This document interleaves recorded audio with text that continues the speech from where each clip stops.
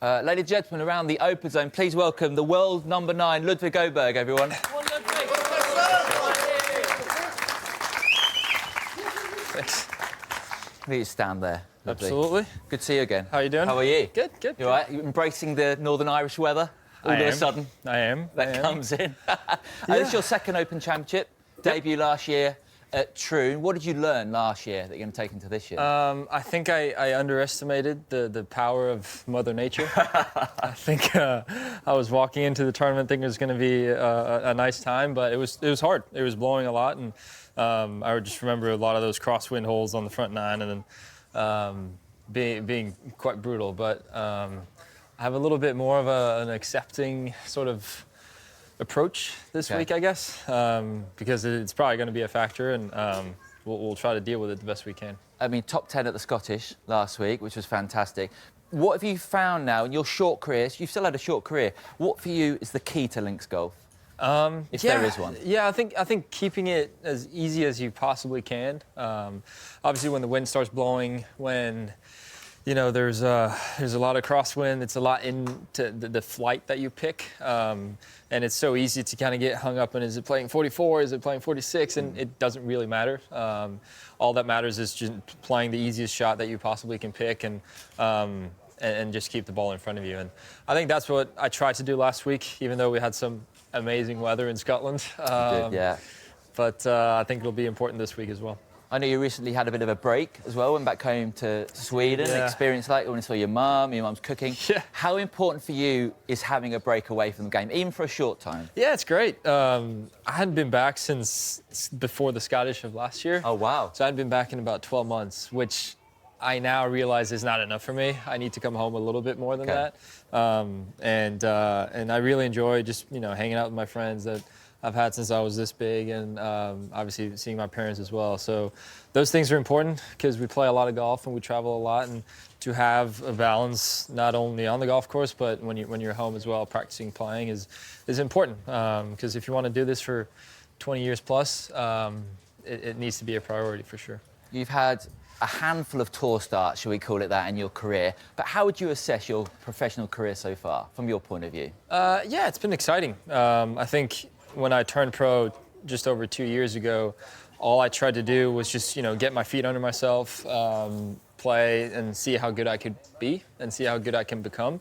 And I consider myself very fortunate to have had a lot of cool experiences, and I felt like I've put myself in a position where I'm proud of the work that I've done, but there's also so much more to do and explore, and keep improving, keep learning about, my game and me as a person, and that's the exciting part, I think, and that's what makes me excited about going and playing more golf and compete more at the highest level.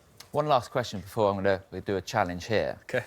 I'm just going to assume that you're going to Bethpage Black in a few months' time. Okay. I'm just going to assume. Okay. I'm not Luke Donald, but. Yep. How excited are you to take on America at Bethpage, if you're in the team? Yeah, I mean, I think whoever's on that team is going to have a really cool week. Hopefully I'll be one of them, but I think, I need to play well in these next couple of events to get in the automatic qualifier spots, which is my goal for these next couple of stretch of golf coming up. But yeah, I think I had a great experience in Rome a couple of years ago, and when I was there, the guys were saying, if you're ever on a team, you're never going to want to miss one again. And it's so true. And it is a Ryder Cup year, and it's been on my mind for a while. So I'll do everything I can to be in that 12-man squad going to New York. I can't wait. Can't wait as a fan myself to watch. Right, we're going to get you to take on the Shane Lowry challenge here in the open zone. Okay. So I'm going to get you up here onto the True Golf platform.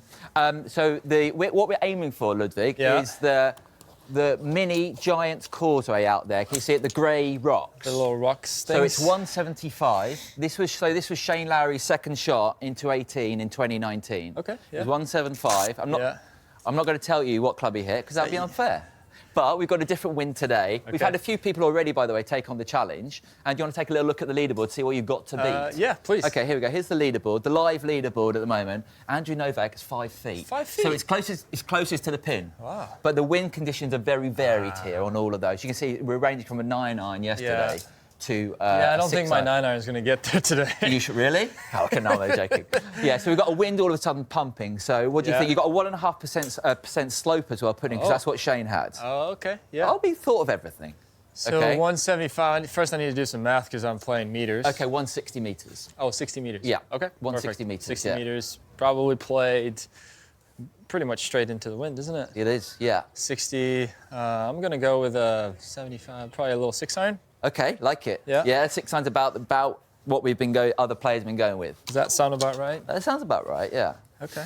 Okay, tell us what you're thinking here. Obviously, we've got a wind pumping in here. Yeah. Tell us what your swing thoughts are here. Yeah, I think it's easy for me. My personal tendency when I play into the wind is that I tend to sort of help the ball a little bit. So I do it with my body, which is not the way for me to hit it, because then it kind of tends to get really sensitive with the face and can spin up a little bit too. So I try to make it really simple. I try to make it super, obviously a little bit shorter swing, getting a little bit closer to it and move the ball back in my stance. So it should be the easiest way for me to do it. But this little uphill too is going to make it a little bit more challenging. It is.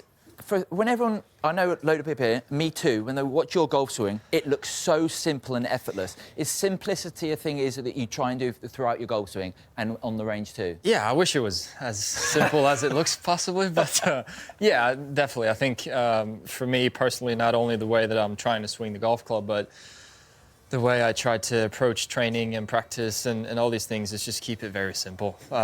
When things are complicated, when things are hard, my head starts spinning and it becomes tricky. So I try to keep it simple, and that's one way to do it. Okay, this is a simple 175 shot with a 1.5% slope into a wind. Easy.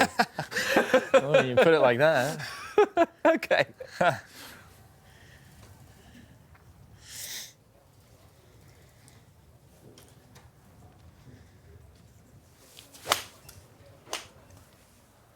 Oh, that A little left, isn't pulled it? slightly, but I think the distance is right. You know what? That was the right club as well, wasn't it? Probably right. I think it was the right club. I think we're going to 18 yards. 19 yards. So that's what's that? 38, 57 feet. 57 feet. Yeah. I don't make the leaderboard on that one. Yeah, I don't think you make the leaderboard, I'm afraid, Ludvig. No, I'm so sorry. Here, do you want to see it again? That's your flight as well. Okay. I thought it was a decent strike. I thought it was pretty good. Yeah, wasn't it? It was pretty good. I'd say you got a difficult 2-putt from there for par to win the Open. Does that mean it's long as well? Yeah, you were long. Yeah, here's your swing. Oh, wow. By the way, do you assess your swing? Do you look back on video of your swing a lot? Not in. Yeah, sometimes. Do you? Sometimes. Okay. I don't pay that much attention to the golf course. It's more in my practice and the camera roll swings that I have in my phone. I sort of let my swing coach do that for me. That's his job. That's what you're paying for. That's what you're paying for. Exactly. Ludvig, thanks for coming to the Open Zone. Have a great week. I know you're going to have a huge amount of fans following you, but best of luck. Thanks so much. much. Thanks very much. Thank you. Thanks, man. Thanks.